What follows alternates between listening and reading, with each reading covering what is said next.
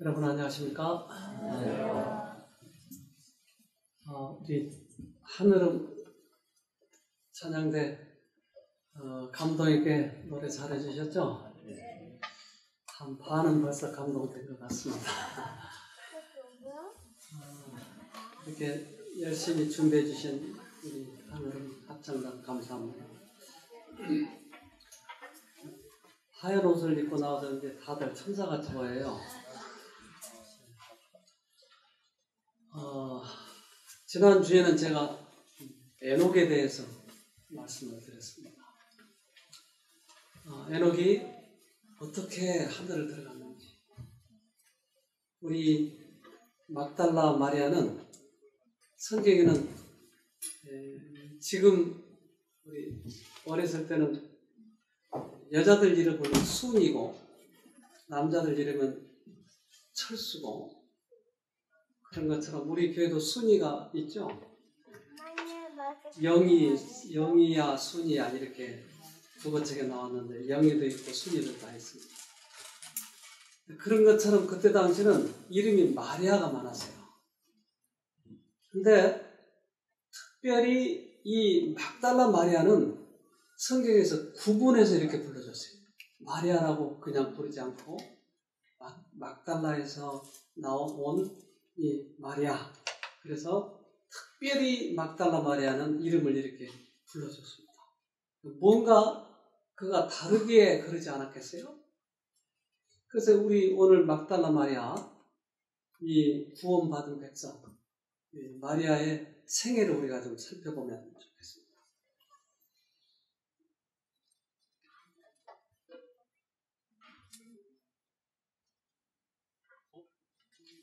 네. 막달라 마리아의 이 오라버니가 있었는데 이름이 누구죠?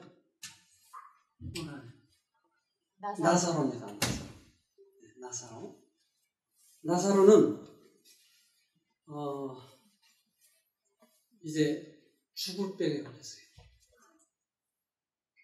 그래서 마리아하고 막달라 마리아하고 마르다는 같은 자매이기 때문에 예수님하고 그렇게 친하게 지냈기 때문에 이 나사로 오빠가 죽었으니까 빨리 와봐달라고 부탁을 했어요. 근데 일부러 천천히 오시는 거예요. 여기도 들리고 저기도 들리고 하는 동안에 나사로가 죽고 말았어요. 근데 예수님은 그동안에 병을 고치셨나요? 사람들의? 소경도 눈을 뜨게 했나요? 근데 사람들이 비웃었어요.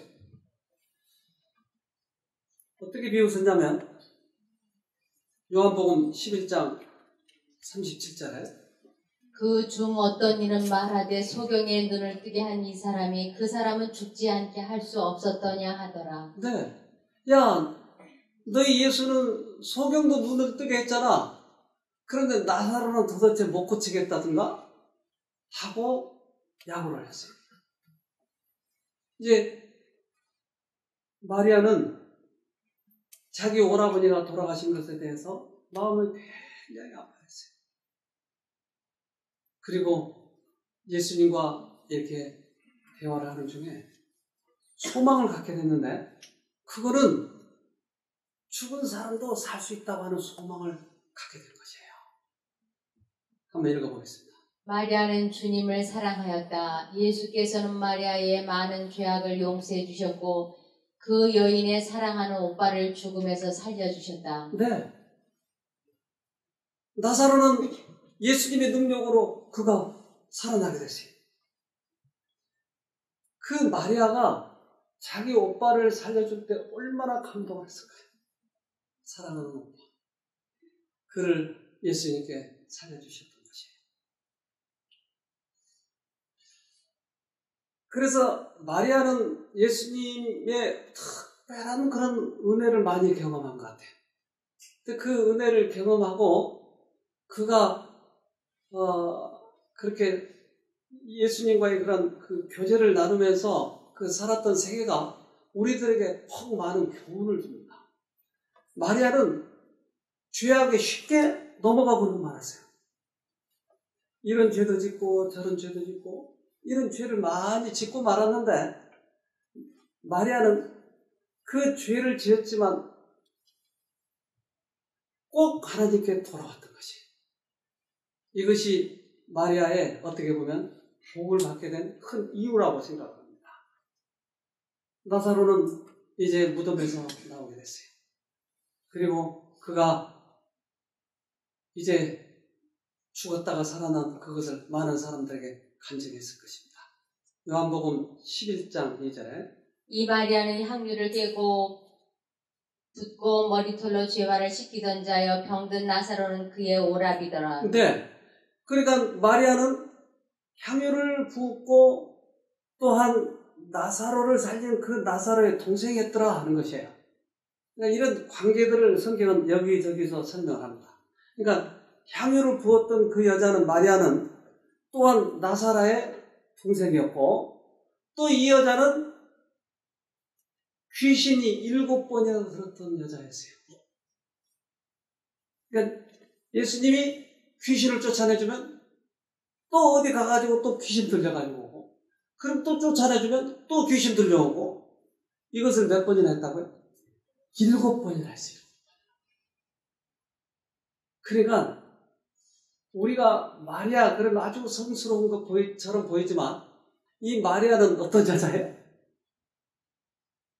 미친 여자예요. 한 번도 아니고 7번이나. 그러니까 이 여자는 어떻게 보면 천덕꾸리였어요. 그런데 그 예수님을 끝까지 붙잡음으로 인해서 그가 결국은 구원을 얻은 것이. 여러분, 이 여자보다 더 못한 여자는 사실 여기 별로 없어요. 세상 형편으로. 근데 그 여자는 7번이나 귀신이 들렸어요. 옛날에 우리가 청량리 학창시절에 나가보면 그 미친 아줌마들이 많았어요. 배가 볼록해가지고. 왜요? 여기 가서 성폭행 나오고 여기 가서 폭행 나오고. 그러니까 씨가 누구신지도 몰라. 그런 여자들이 길가에 많이 다녔어요, 그때. 지금은 정신병원 다 가둬버렸기 때문에 안 보이는데, 옛날에 우리 그 학창시절은 그런 게 참 많았어요.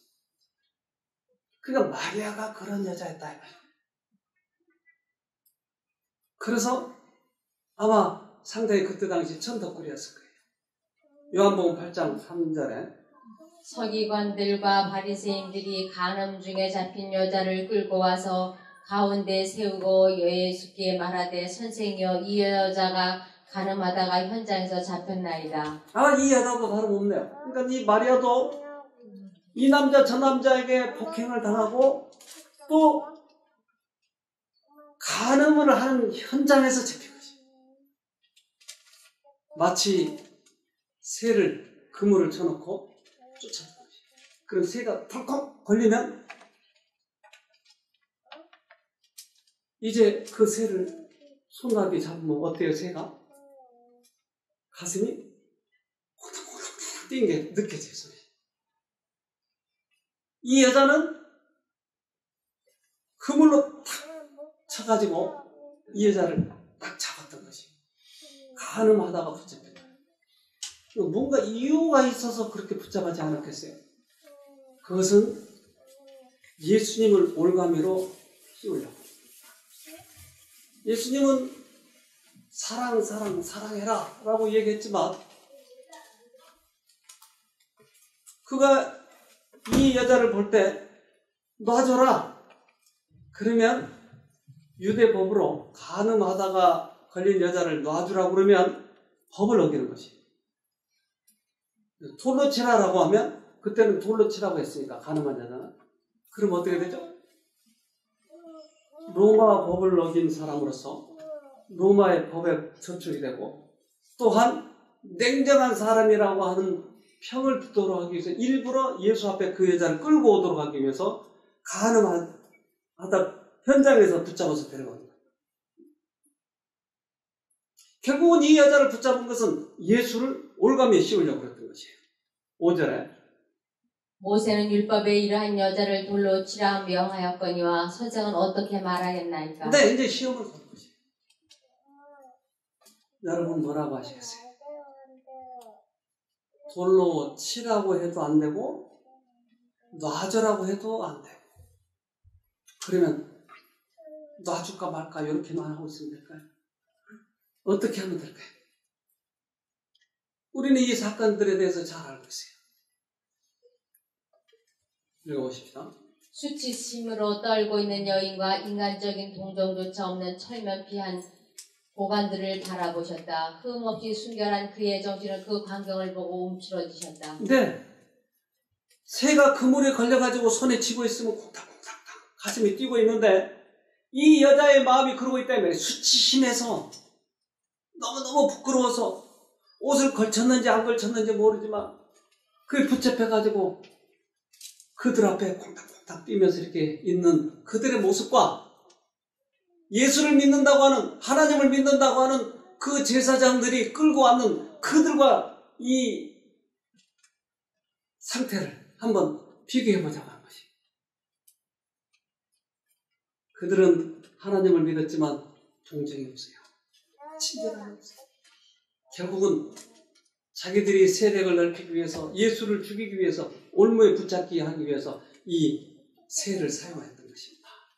6절에 저희가 이렇게 말하면 고소할 조건을 얻고자 하여 예수를 시험함이로라. 예수께서 몸을 굽히사 손가락으로 땅에 쓰시니. 네, 예수님은 아무 말씀하시지 않냐고 손가락으로 뭔가를 쓰시게 했어요. 뭐라고 썼죠? 손가락으로 뭐라고 썼죠? 죄 없는 자? 돌로 치라고? 아니요, 성경에서는 뭐라고 썼는지 나타나지 않아요. 뭐라고 썼을까? 이것이 저도 참 궁금해요. 예수님은 뭐라고 썼길래 사람들이 나중에 다 도망갔을까? 그래서 예수님만의 이게 지혜이신 것 같아요. 우리는 상상을 해도 아무것도 아주 완벽한 대답을 할 수가 없어요. 뭐라고 쓰시긴 썼어요. 그런데 사람들이 그것을 보고 다 도망가세요. 뭐라고 썼다고요? 몰라요. 지금 알 수가 없어요. 그러나 우리가 흡사한 대답을 몇 가지를 이렇게 나열할 수는 있겠죠. 여기 허진이, 얘는 주게 됩니다. 왜냐하면 여러 남녀를 올려서, 또 석근형 그는 두둑질했어. 손주도 좀 듣고 싶지. 손주는 다른 사람들을 사기치고 괴롭혔어. 어쩌면 이렇게 썼는지도 모르지. 그러면 이것을 읽는 사람은 어떨까요? 손주 그거 어떨까요? 공개되면? 자기의 죄가 공개되면 수치스럽고 부끄럽고 모멸감이 들고 그러지 않겠어요? 그러니까 예수님은 이렇게 쓰지는 않았을 거예요. 그러나 자기들의 죄가 드러나는 어떠한 사건들을 간단하게 요약하게 뭔가를 썼을 거예요. 그거는 다 알 수 없어요. 그들이 그 가늠한 여자를 데리고 와서 돌로 치려고 화를 막 냈을 때 그 가늠한 여자를 용서할 수 없단 말입니다. 용서해야 되나요? 아니면 돌로 쳐야 되나요? 이들은 무조건 그 법에 써있는 대로 돌로 치려고 했어요. 그러나 간음했다가 용서받은 사람이 있나요?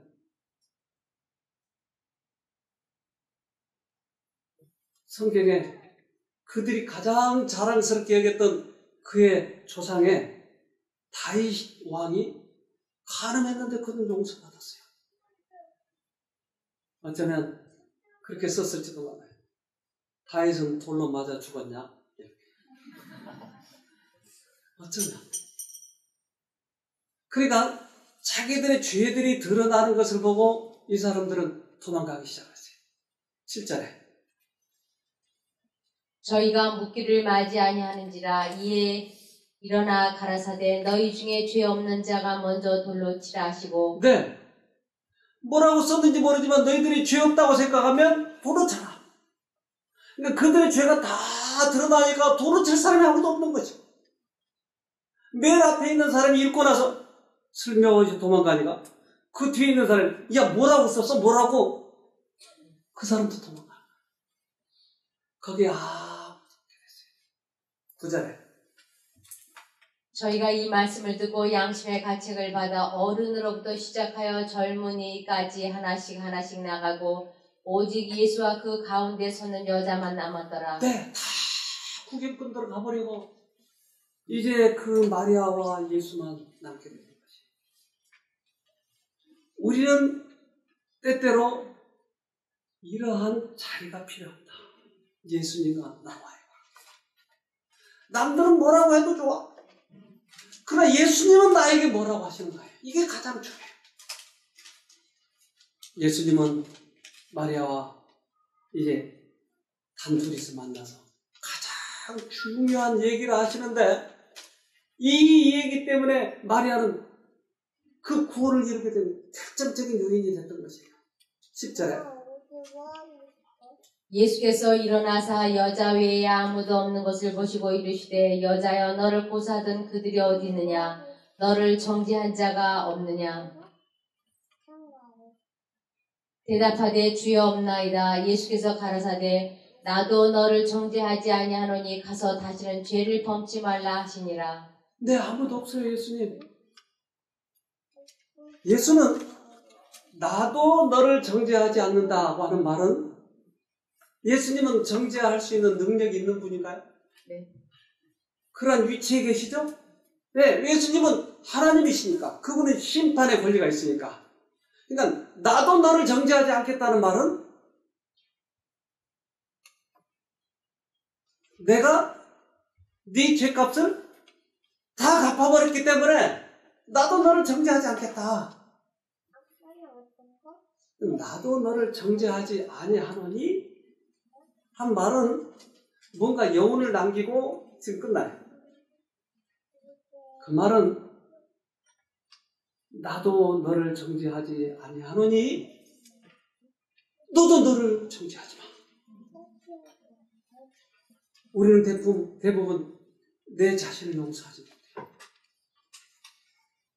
우리는 예수님이 우리 죄 때문에 돌아가셨다고 하는 것을 내가 받아들이면 나도 나를 정죄하지 않아요. 나를 자학하지 않아요. 그 용서를 내가 받아들이면 나는 죄로부터 자유를 얻는 것이야. 나도 너를 정죄하지 아니하노니 너도 너를 정죄하지 마. 그리고 용서를 받아들여. 그리고 또 가서 간음을 하면 또 많은 사람으로부터 또 붙들려오잖아. 그러니까 다시는 죄를 짓지 마.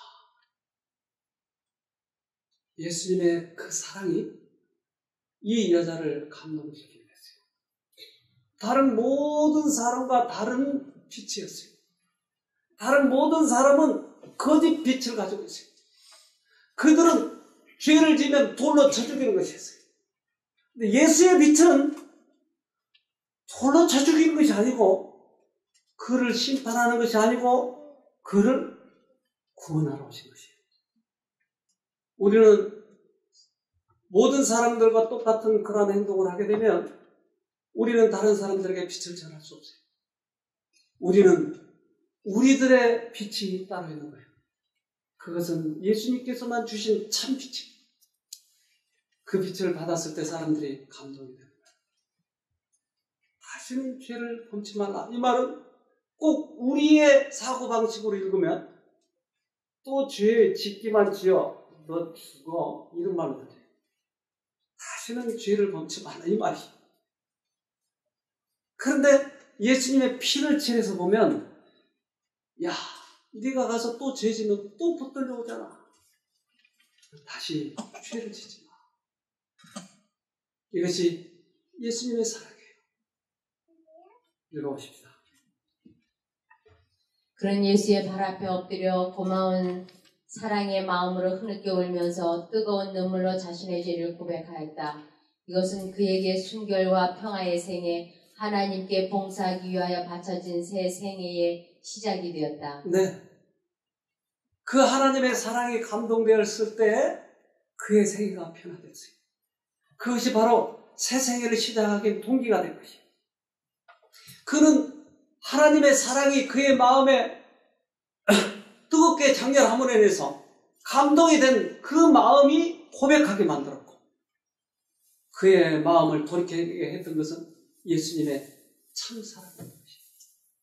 이것이 그의 생애가 새롭게 시작하게 된 동기가 된 것입니다.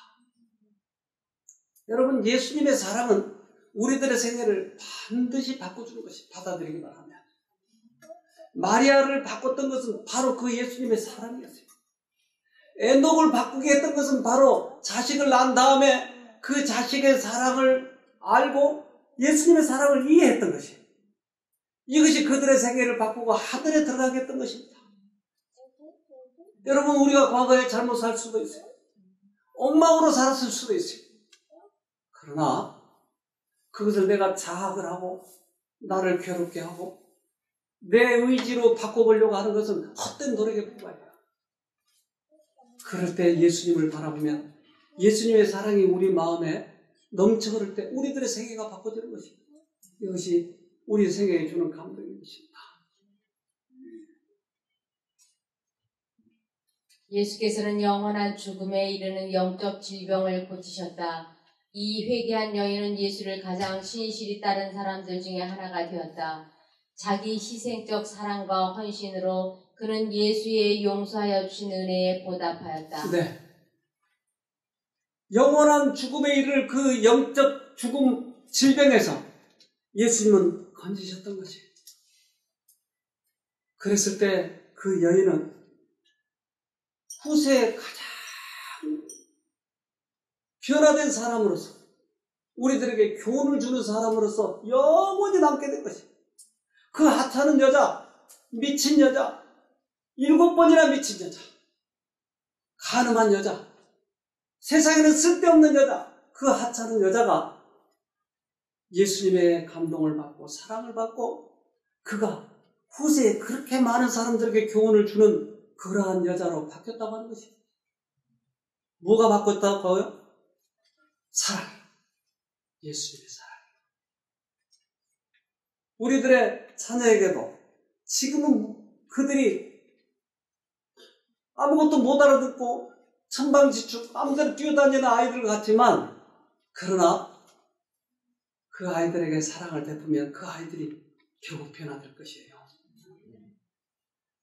이 여인은 예수님께서 자기를 위해서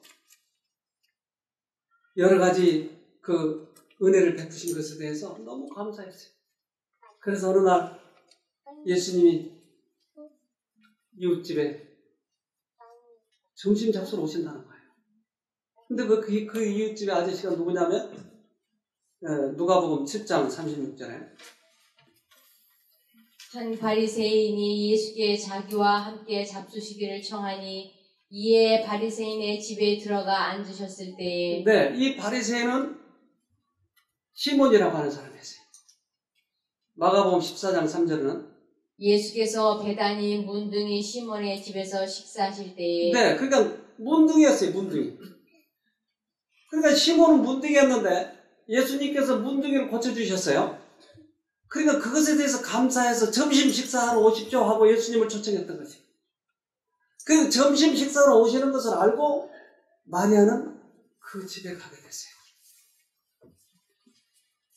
37절에 그 동네에 죄인인 한 여자가 있어 예수께서 바리새인의 집에 앉으셨음을 알고 향유 담은 옥합을 가지고 와서 네, 바리새인은 죄인이에요, 아니에요?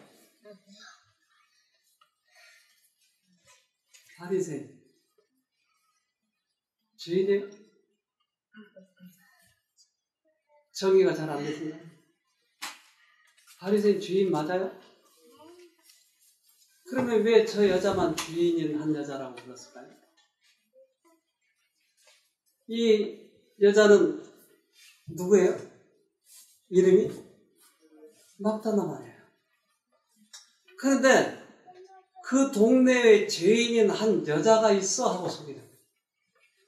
그러니까 이 여자는 누가 봐도 죄인이에요. 간음을 했고 저 여자는 숱한 남자들한테 성폭행당하고 저 여자는 귀신 들리고 그러니까 누가 봐도 죄인이에요. 근데 바리새인은 죄인이 아닌 것처럼 범죄가 왔더라 이 말이에요. 근데 얘는 문둥이로 고쳐줬던 것이 문둥이로 고쳐준 것이 더 감사할까요? 귀신에서 건져준 것이 더 감사할까요?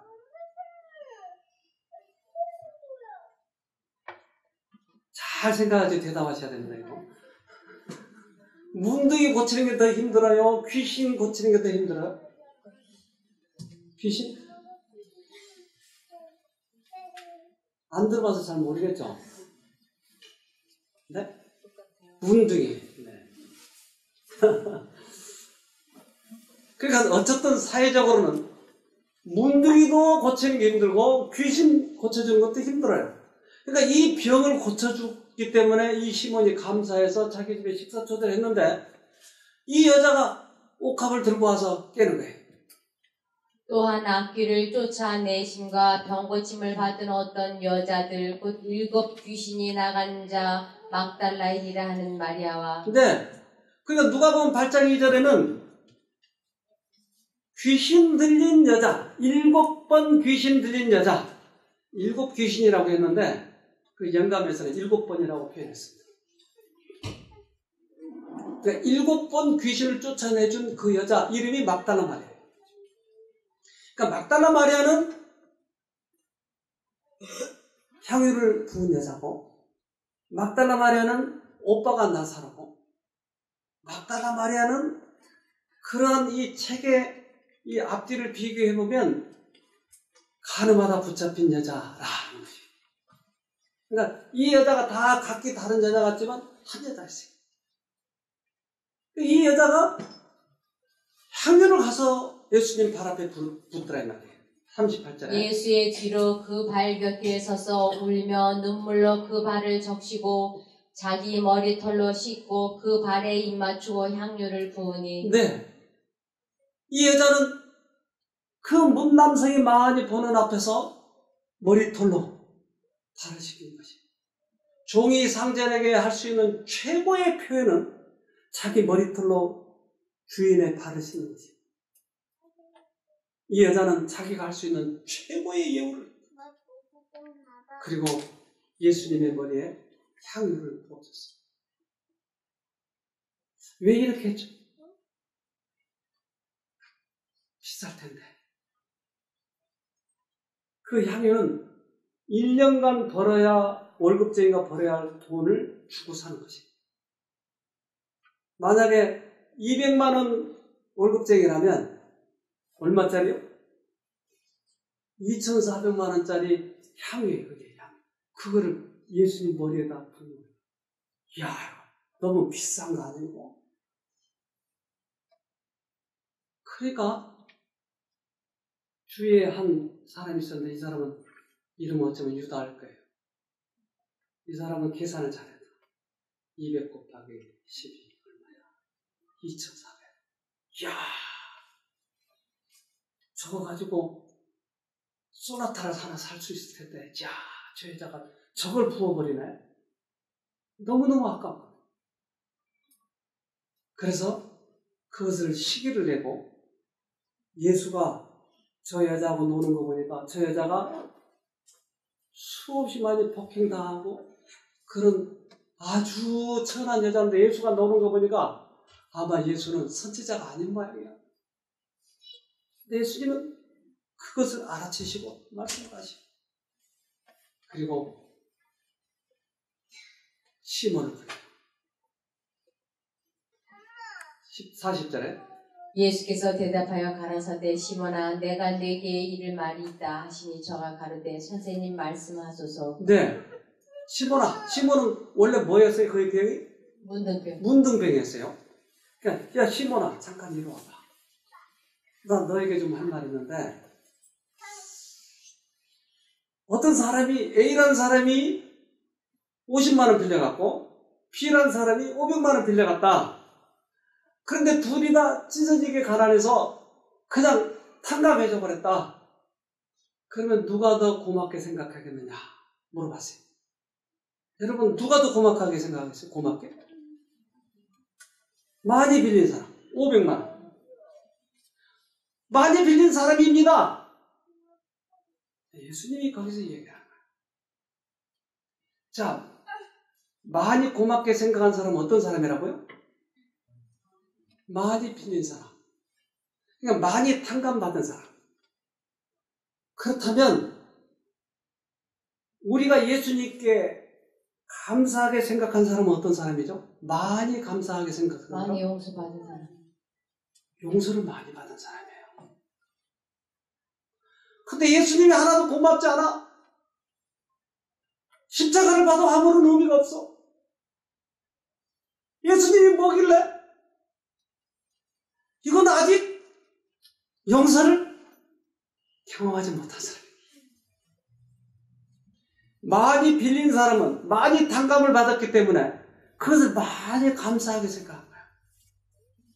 시몬은 점심 한 끼 대접했지만 이 여자는 머리로 예수님의 발을 닦고 향유를 2,400만 부어준 거예요. 그러니까 예수님은 누가 더 고맙게 생각하고 있는가? 예수님이 이것을 받기 위해서가 아니고 그들의 구원의 확실성에 대해서 얘기한 것입니다.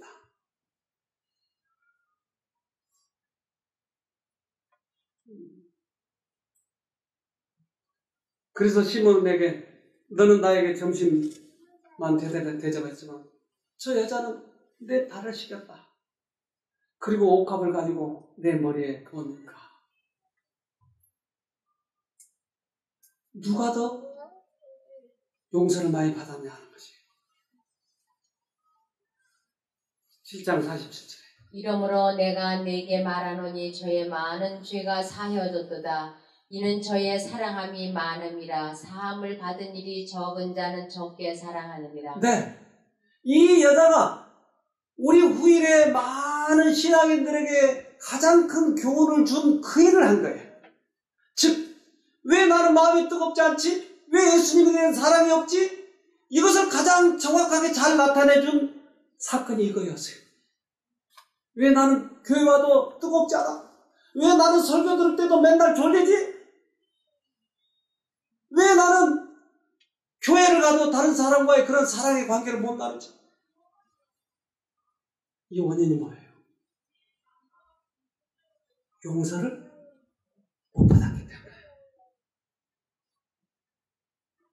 왜 그래? 왜? 나는 보통 돈 벌 때는 절대 졸리잖아요. 그런데 왜 교회당만 오면 졸리죠? 이거는 관심이 없는 거지. 왜?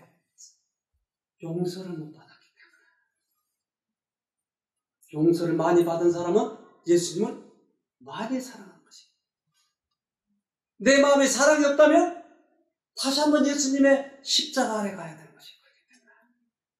이 여자는 이것을 실천에 옮긴 사람이에요. 우리들에게 가장 큰 교훈을 준 사람이었어요. 47절. 이러므로 내가 네게 말하노니 저의 많은 죄가 사하여졌도다.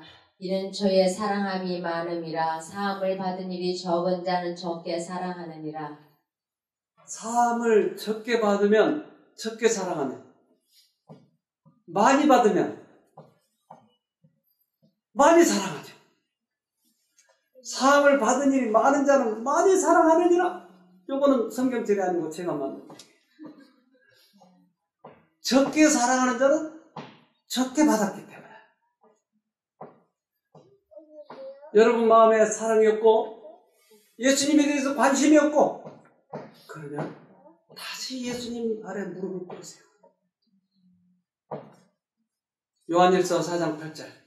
사랑하지 아니하는 자는 하나님을 알지 못하나니 이는 하나님은 사랑이시니라. 네, 우리가 하나님을 사랑하지 아니하는 자는 하나님을 모르고 있다. 관계가 없다는 거예요. 관계가.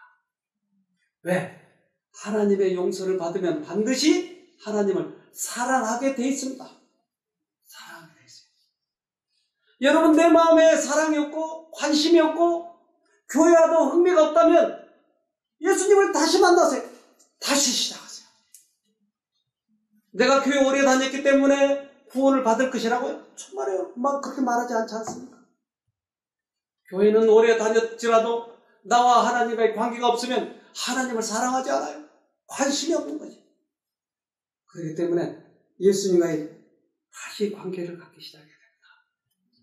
예수님이 십자가에 달려 돌아가실 때 예수님은 우리들에게 가장 큰 사랑을 베푸셨어요.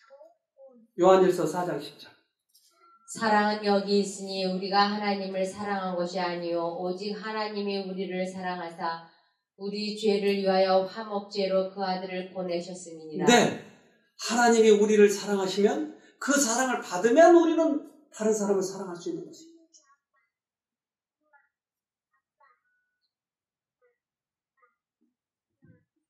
마리아는 자기의 사랑의 행위의 의미를 충분히 깨닫지 못하였다.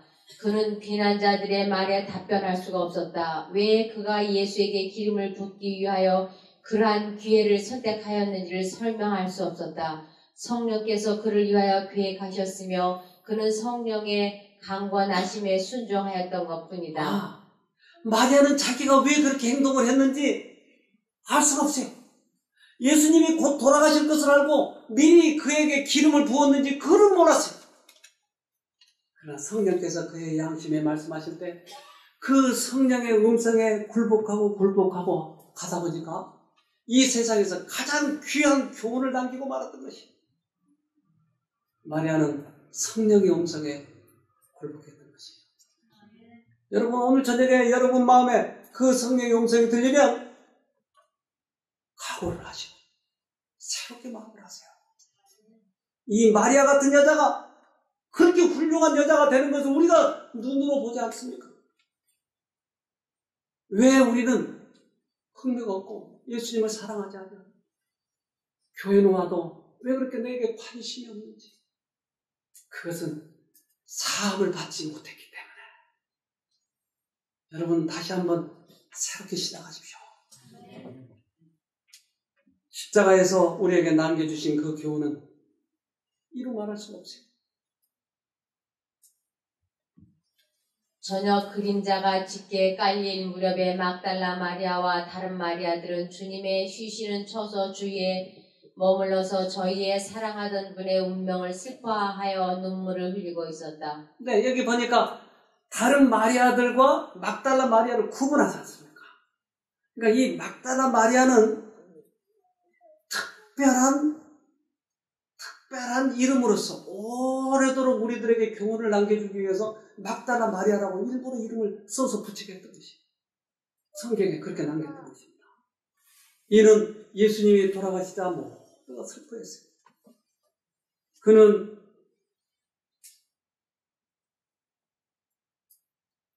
장사 지낸 오빠를 돌려주시는 분, 나사렛의 무덤에서 동정의 눈물을 흘리신 분, 막달라 마리아를 용서해 주신 분, 십자가에 달려 고통 중에서도 당신의 어머니를 기억하십니다.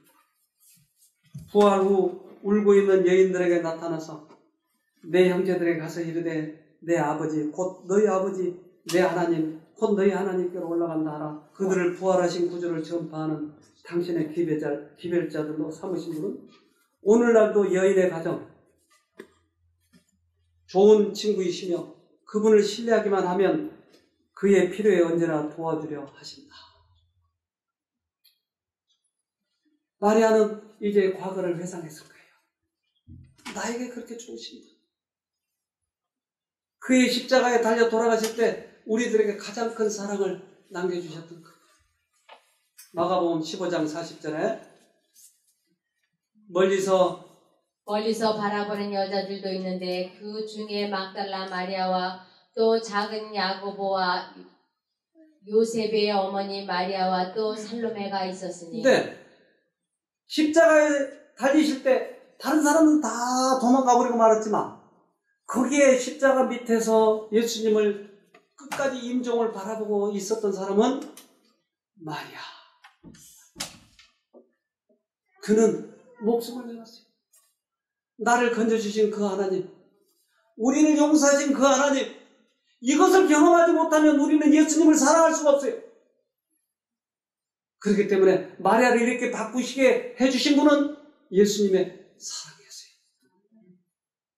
이제 무덤에서 기다렸어요. 이 예수님이 무덤에서 없어졌다는 소식을 듣고 너무나 놀랐어요. 그래서 부탁을 했어요. 만약에 예수님을 혹 어디에다 갖다 준 거 알면 나에게 알려달라고. 내가 가서 장사를 지내겠노라고. 마태복음 28장 1절에 안식일이 다하여가고 안식 후 첫날이 되려는 미명의 막달라 마리아와 다른 마리아가 무덤을 보려고 왔더니 안식 후 첫날 이른 아침에 살아나신 후 전에 7 귀신을 쫓아내어 주신 막달라 마리아에게 먼저 보이시니 네, 먼저 보여주셨어요. 얼마나 감동이 느꼈어요. 가장 부활 후 처음 보여주신 분이 마리아예요. 여러분, 가장 사랑한 사람, 그에게 부활 후 가장 먼저 보여주지 않았겠어요? 다른 제자들은 다 도망가버리고 돈 있는 사람들이었기 때문에 장사를 지낼 수 없었는데, 그때 이 니고데모나 요셉은 그 예수님을 장사 지내기 위해서 나섰던 것이에요. 다른 사람은 다 도망갔어요. 그러나 막달라 마리아는 잊을 수가 없었어요. 그 예수님이 살아생전에 나에게 하셨던 그것을 잊을 수가 없던 것이에요. 그래서 끝까지 장례를 치른 끝까지 보고 있었고, 이제 그가 부활하셨다길래 그것을 기대하면서 찾았는데 예수님을 만난 거예요. 예수님.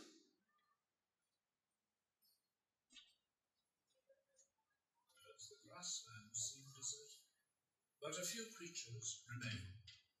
They have their own ways of coping with the harsh times to come.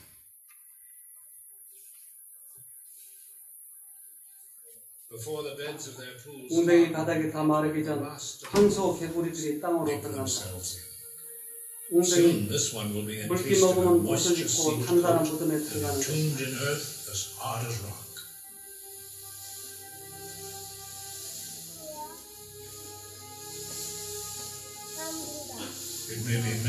그가 다시 나오기까지는 몇 년이 걸릴 수도 있다. 다시 거기가 한라하리를 장악한다. 이제 비가 다시 옵니다.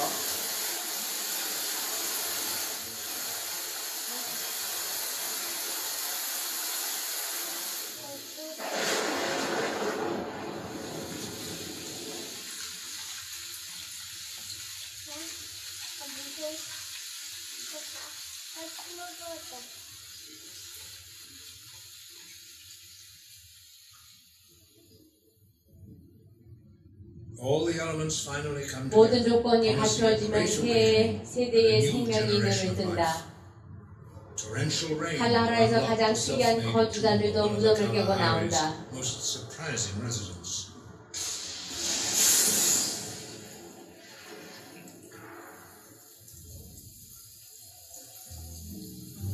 뭐가 나올까요?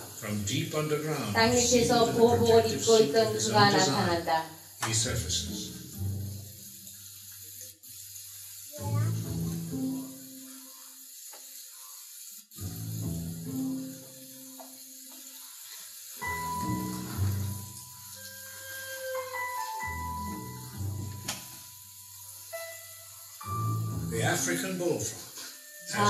접시만한 아프리카 황소개구리는 2가지 이상을 가지고 있다. 먹는 것과 번식하는 것이다. 네, 뭐가 부활했네요. 황소개구리가 몇 년 동안 그 땅 밑에 이 마른 곳에 그렇게 있던 그가 다시 비가 오니까 부활하는 것이 무덤 속에서. 우리도 부활할까요? 아멘. 우리도 우리의 무덤이 지나가면 새로운 세계에서 부활할까요? 아멘. 비가 오면 부활하겠죠? 우리는 예수님이 다시 올 때 부활할 겁니다.